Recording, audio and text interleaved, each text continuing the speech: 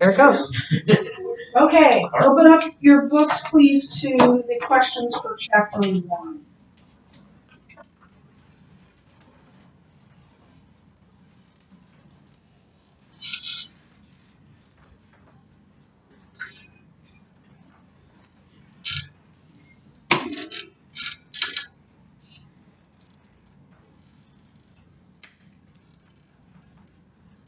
So read John 21:20 and John 24. Who wants to read that for us? Go ahead, start. Thank you. Okay.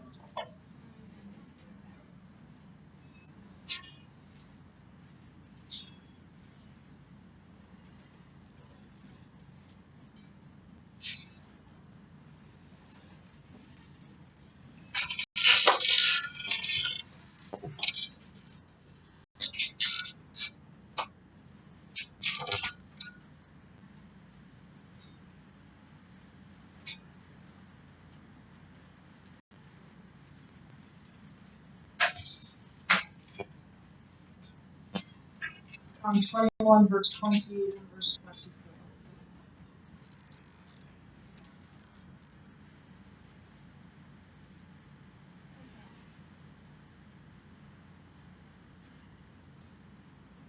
Peter turned around and saw behind them the disciple of Jesus, the one who had learned over Jesus during supper and asked, Lord, who betrayed you? Okay. So then read verse 24 as well. This disciple is the one who testifies to those events and Okay, so the first verse said the disciple looked behind and saw the disciple who leaned on Jesus during the Last Supper. And then the author says, this is the man who has recorded these events. So I am the author of this gospel. Does that make sense? Okay. So what does he call himself? The authors. Yeah, what does the author call himself? Yeah. The disciple. The disciple whom Jesus loved in the ESV.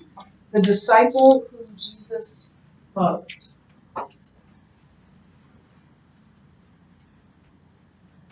So write that down in the first spot.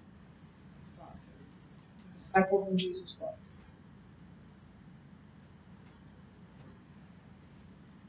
According to Luke 6:14 through 16, who were the disciples? So turn to Luke 6, and then somebody read verses 14 through 16 for us. And I'll go back over these. You can write them down as we read them, but I'll go back over them.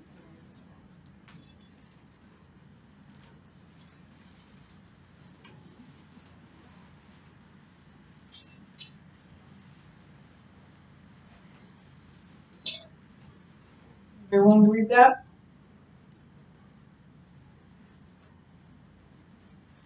Thank you, Billy. 14. 14 through 16. Simon, whom he had named Peter, and Andrew his brother, and James and John, Philip and Bartholomew, Matthew and Thomas, and James the son of Alphaeus, and Simon who was called the Devil, and Judas, James, and Iscariot. Very good. So here's who they are. Simon, and you can put in parentheses Peter, same guy. His given name was Simon, but Jesus named him the Rock, Peter. Andrew, who was Peter's brother. James.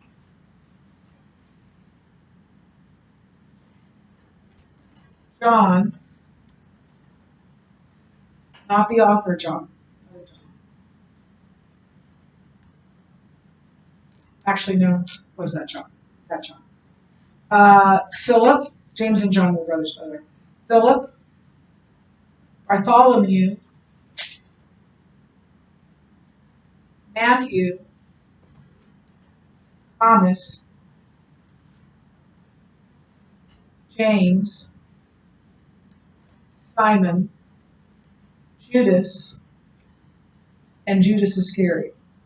So the betrayer Judas, there were two Judases, but Judas Iscariot is the betrayer.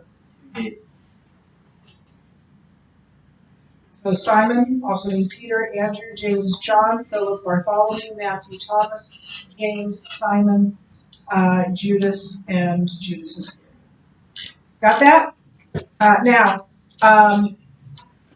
Bartholomew was apparently also called Nathaniel. In the other lists, he's called Nathaniel, but that's not a big deal at all. Okay, so the author of this gospel was one of those 12 men. But he never used his own name in his gospel account. He often called himself the disciple whom Jesus loved, but he would call himself that disciple as well. He never uses his own name. He never names himself. So then how do we know it's John? Go based on the other you can see how the lineup of where he says this about this person and the other disciples would say this about John there. Yep, there's a number of ways to figure that out. And we're going to use one of those ways to figure it out now. So he never mentions his name in his gospel. We can, however, by process of elimination, determine who the author was not. So if a disciple was named in John, then it can't be that disciple that wrote the book, right? So read John 1:40. Somebody read John 1:40.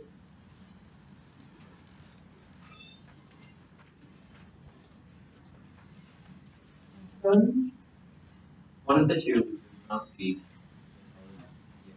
Who did not speak and told Jesus was Andrew. Okay, so Andrew is named, right? So it can't be Andrew. Simon is named. So it can't be Simon. And Peter is named. Not necessarily there, but his name is given. Different Simons. So is this Simon is in Simon Peter, or is this? This is the Simon who is Peter's brother. That's why he said Simon Peter's brother, so that they would know that he wasn't the other Simon. So Andrew, Simon, and Peter are all mentioned in that verse. John 1:41. Somebody read that. Go ahead, thank you. He first found his own brother Simon and said to him, "We have found the Messiah, which is Christ." Okay, so Simon.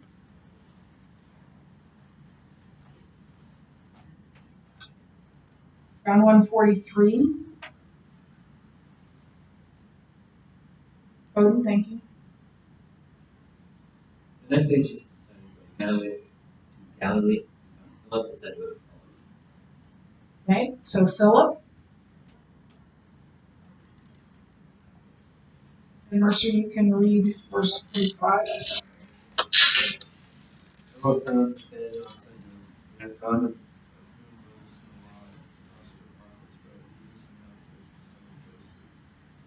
And right after that, he says, "Can anything good come from Nazareth?"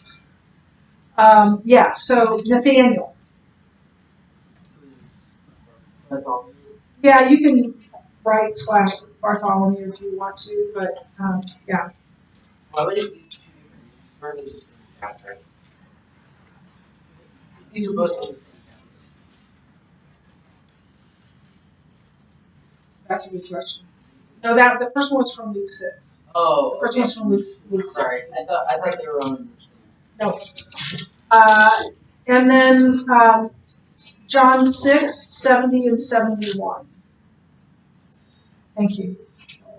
Jesus answered them, Did I not choose you the 12, and yet one of you is a devil?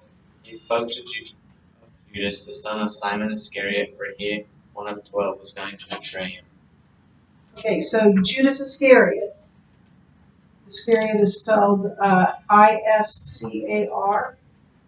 ISCARIOT. Is that like the last name, or is that? He was the son of Iscariot. So, and mainly that's being used to differentiate the two Jews. Correct.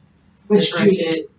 Yeah. So didn't the other Judas change his name to Jude after the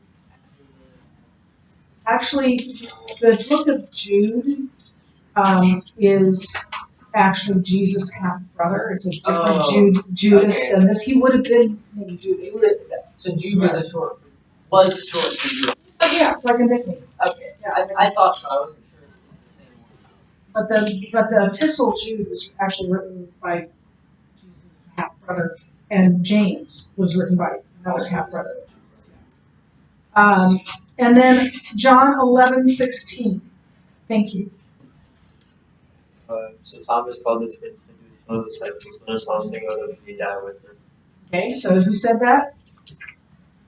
Thomas. Thomas said that. So Thomas also can't be the author.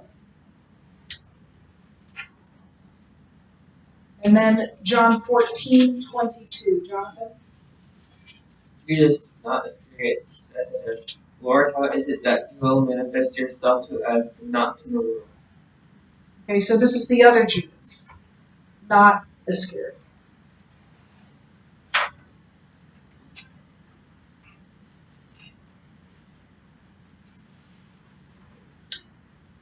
So eliminating these men leaves only 5 possibilities. So let's walk through this.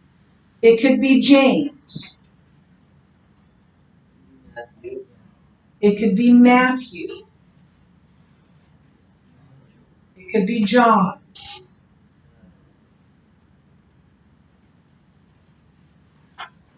Well, It could be Bartholomew. I thought it said Nathaniel. Oh, Nathaniel. Yeah, yeah, But that they're one and the same. Yeah, if they are. Yeah. And then the other James as well. James, the son of Alphaeus.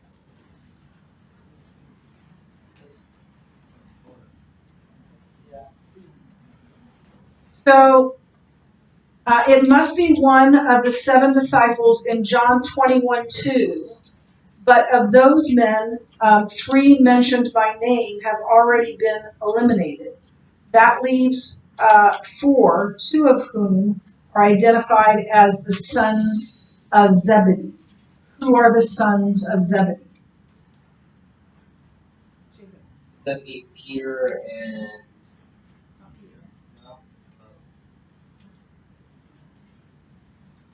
The other 2 of the 3 closest disciples to Jesus. Peter, John, James and John. Yeah, James and John. Wait, was Simon Peter Andrew's brother or was the Simon Peter was Andrew's brother. So the other 2 are simply called 2 other of his disciples. Let's read John 21, John 21, 2 through 7. And you got to kind of listen closely. 21 verses 2 through 7. This is after Jesus' resurrection, and Jesus has appeared to them, but he isn't always with them.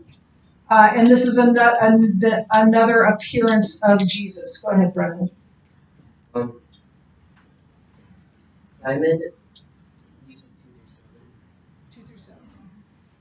Simon Peter Thomas called Nathanael of Cana in Galilee, the sons of Zebedee, the 2 others of his disciples, and 2 others of his disciples were together. Simon Peter said to them, I'm not going fishing.